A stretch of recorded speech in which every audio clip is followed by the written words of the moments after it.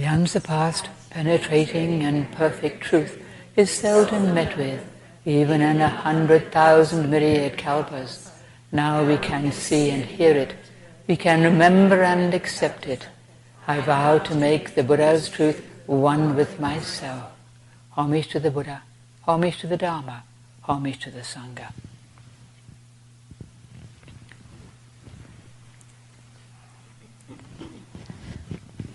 Today I'd like to talk about feelings. Feelings are one of the 5 skandhas, the 5 heaps, the 5 aggregates that make up our experience. All of our experience, everything we experience as human beings, comes under these 5 heaps. Form, sensation, thought, activity and consciousness. And these are sometimes translated in different ways and divided up in different ways, but the point is that they're all ways of analyzing our experience, all of it. Form, our body, and all other bodies, all the physical things of our world, all the animals, plants, people, mountains, everything. Sensation or feelings, both physical feelings and emotional, mental, spiritual feelings. We'll come back to that one. Thought, or perceptions, often is translated, based on the 6 senses, including the mind as a sense. I love that. The mind is just one of our senses. Eye, ear, nose, tongue, body, mind. There it is, just a sense. Activity or volition, which includes our choices and intentions, our thinking about things. Although, did I miss one? Yes, oh well. No, thought and activity. And activity or volition is often the way actually thinking is categorized. So it seems a bit confusing, but in any way, everything falls under one of these. Consciousness, cognition, awareness. And that's what they are, the 5 skandhas, the 5 aggregates, the 5 factors of our experience. And all of these together make up our sense of being a self, a me.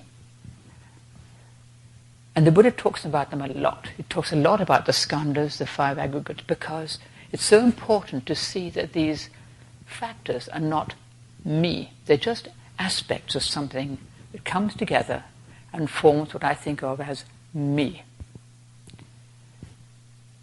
Feelings, back to feelings. We have physical sensations, pleasant, unpleasant, or neutral. We get hot, we get cold. We suffer pain and sickness. We have pleasure, endless sensations. And many of them we don't even notice, the feeling of fabric against our skin or the weight of our body just sitting here. A little itch here or a little ache over there. Do I sound as though I'm in a large tin can, or does it sound okay? Okay? Just thought I'd check. The feelings of, I'm in a tin can. Well, all these feelings come and go. None of them last forever. Sometimes we're hot, sometimes we're cold, but we're not cold our whole life. Some people are, but there's another thing. And we tend to get inured to a physical sensation. We don't notice it after a bit. We don't notice an habitual smell. My house smells of cats and I don't even notice anymore, Or the taste of our own saliva. Can you imagine it actually has a flavor? But we don't notice because we have it all the time. We get used to a constant pain or a feeling of discomfort. And every now and then we notice, oh yes, that's still there. And when it goes away, we think, oh, I feel better. Like carrying around a huge weight. And we all know about that. Different kinds of weight, and then it's gone. It's better. We get used to comfort as well. We take it for granted. Emotional feelings. These are a huge factor in our experience. We're constantly having emotional feelings. Anger, sadness, fear, anxiety, jealousy, resentment, and joy, contentment, anticipation, excitement, nicenesses, There's an endless parade of feelings that just come and go through our minds. Just a parade, one after the other. Here's joy, here's happiness, here's anger, here's sadness, all the time. And we have endless words to describe them all the different feelings and the grades of feeling. We've got mild anxiety to stark terror, slight irritation and blinding rage and everything in between. All these different ways of experiencing feeling. And we identify ourselves with these feelings, as we tend to identify ourselves with all the other skandhas. But the feelings, I'm an angry person, I'm a fearful person, I'm a kind person. My feelings are hurt, it's me, all about me. But the thing is, of course, that feelings are very transient. The Buddha likens them to bubbles on the surface of a river. They're empty. They rise and disappear. In a river, bubbles come up and they go. Even blissful feelings in meditation, they're just feelings. They come and go. You can't hold on to them. You can't get them back. And you don't want to identify with them. Or you get trapped into, this is me, this is mine, this is myself. It's just feelings. Nice feelings maybe, horrible feelings maybe, but it's all just feeling. Even the blissful states that people have in meditation, or the horrible states you might have in meditation, bad dreams, nightmares, all that. Just feeling. It comes and goes. All our feelings come and go, just like those bubbles on the river. We might think they're with us for a long time, especially our negative feelings. They seem like they go on forever. Despondency, despair, seem like they go on and on and on. Feelings of unworthiness or self-hatred, anxiety and worry, resentment. We can resent things for years. They can seem as though they're with us forever. But actually, in fact, they just arise and pass. Like those bubbles, they arise and pass through. They're not stuck. We might have a particular kind of bubble that comes up over and over again, a particular sort of bubble that keeps appearing. Or we might feel we're in a permanent fog of despair, to change our analogy slightly. But in fact, each moment is new. Each feeling is new. Each sensation is new. Moment by moment, it's new. It just comes through us over and over again. Despair, bubble. Another despair, bubble. Another despair, bubble. But it is actually moving through. And the fact that we are willing to feel them and not turn away is our cleansing of karma. Just the willingness to feel these things and not reject them, not despise them, not cling on to them. Even the negative feelings we tend to cling on to. I was talking about this just the other day. Clinging on to the things that we're used to, our habits of mind. And our habits of mind are our tendency to latch onto certain kinds of bubbles of anger, worry, self-blame, whatever they might be, are just our familiar flavor. Oh yes, resentment, I know that one. Oh yes, I feel comfortable with this. Let's hang it around for a while. But actually, they're still just passing through. They're just bubbles. And we have these habits from lifetimes past and our lifetime in the present. But they're not who we really are. They're not me.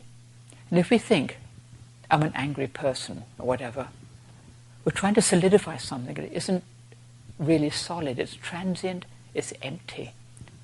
And it just comes and goes. Actually, regardless of what it feels like, actually just comes through, passes and goes. And this is the point with the Buddha's teaching about the skandhas. They're all empty. He has these nice analogies.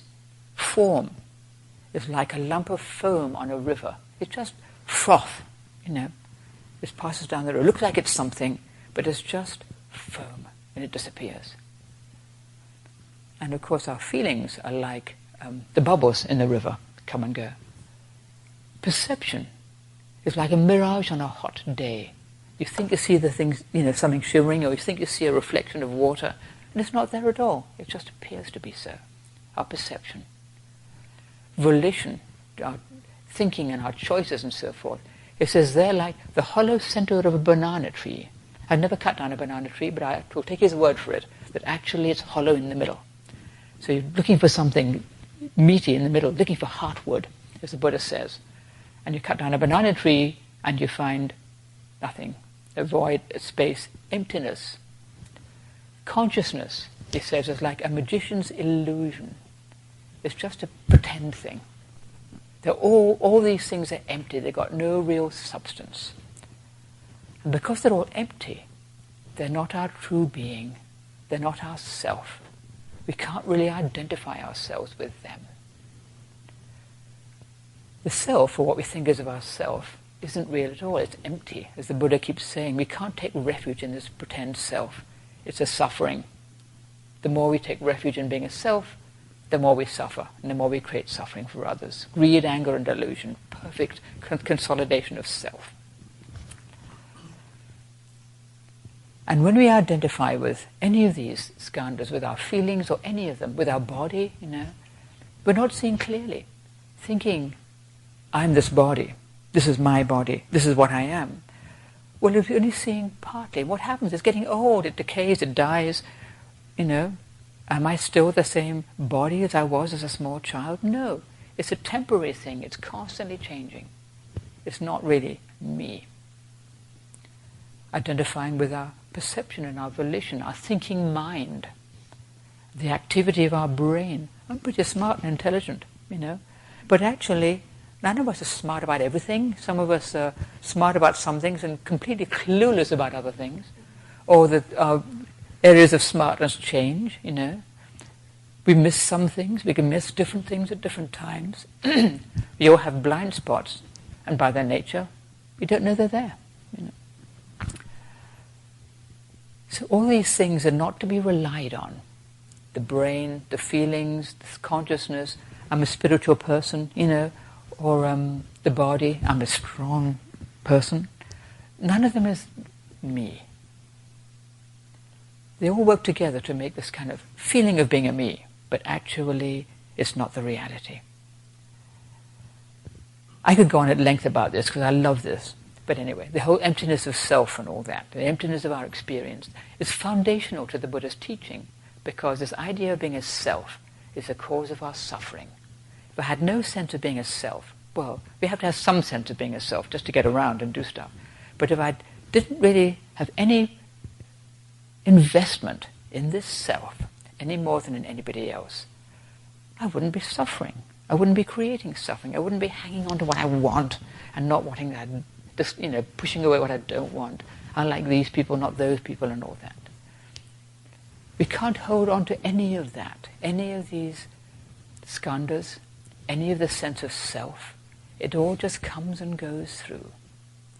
And actually, it's deeply comforting.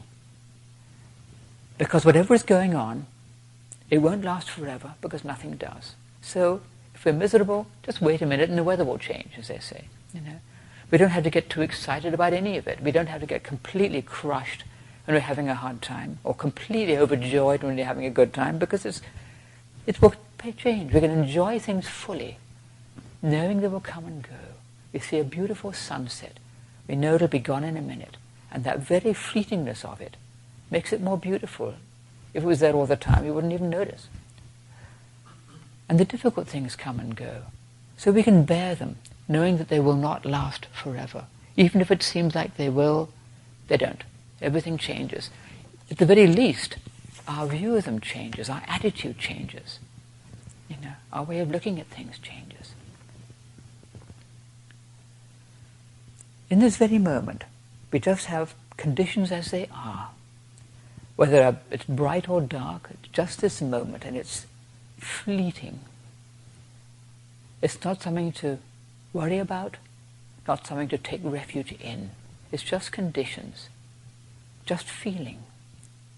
The light and the dark, praise and blame, health and sickness, joy and sorrow, gain and loss, certainty and uncertainty, faith and doubt, strength and weakness, is all the same. They're just conditions. They come and go, the light and the dark.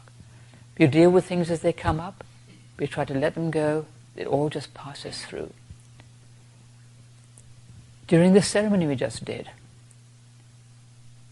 I love that ceremony. We chant the scripture of great wisdom over and over again. When you turn the lights down, when you turn them back up. And this scripture is exactly what we're talking about. No eye, ear, nose, tongue, body, mind.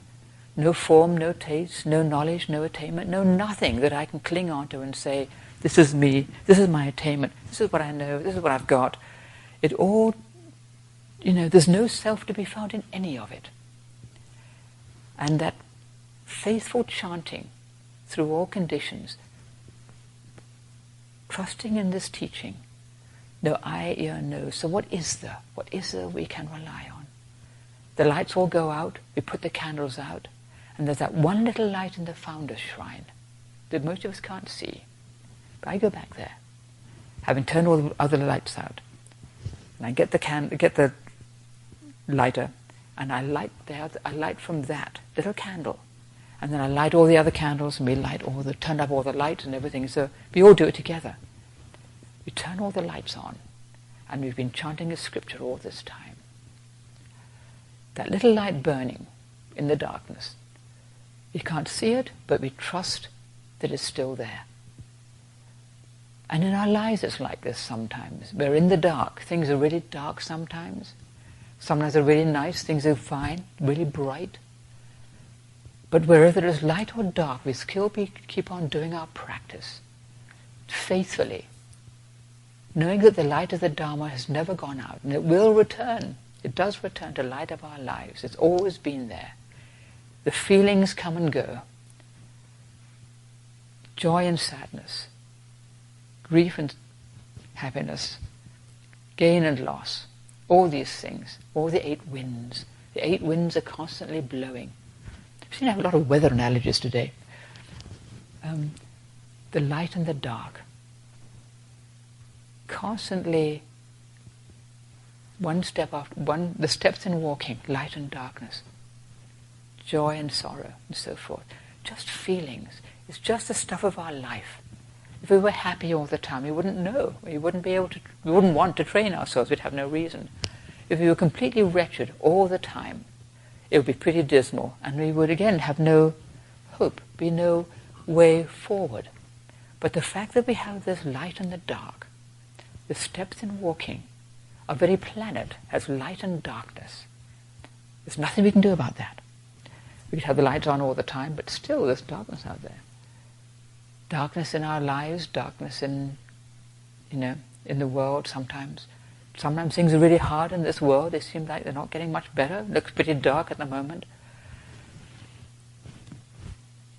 But it's up to us to keep that light shining. Our faithful training brings the light back into the world. It keeps it bright. It may just seem like a little tiny candle, little votive candle. But still, as you know, it can burn down a forest. You don't want to do that. But that little light can light all kinds of other lights. There's all sorts of ceremonies that people do in all religions to symbolize this. A little light that lights other lights, that helps other beings. Our little act of kindness, our little faithful training helps all beings, helps us, helps other beings, helps the people we see, people who might see that little training, or not, people who are completely unconnected with us at all. That little light shines out, and we may not really realize that ourselves. It's our little light shining. It's for us and for other beings that we do our training, practice the way, keep that faith bright, our bright-minded faith in the lightness, in the light and in the darkness. Everything changes. The world may seem dark sometimes, then it changes. Reverend Master used to say, I've said this many times, sometimes it seems like the level of sanity goes down. It seems like it's going down, and down, and down, but it does come back up. It does come back up. And it's up to us to try to spread a little kindness, good cheer, brightness of heart, sanity, if we're lucky, to practice the teaching of the Buddha, keep it bright in this world, to do our very best to let it shine as best we can, do our part. Feelings come and go. They come and go like bubbles on the river. But that light of Buddha shines throughout. And we just always just keep faith in that. And don't worry too much when it's bright, don't worry too much when it's dark. That steadiness of faith burns underneath it all. I got my metaphors all kind of mixed up with water and light today, but never mind, you know what I'm trying to say. That's it. Thank you.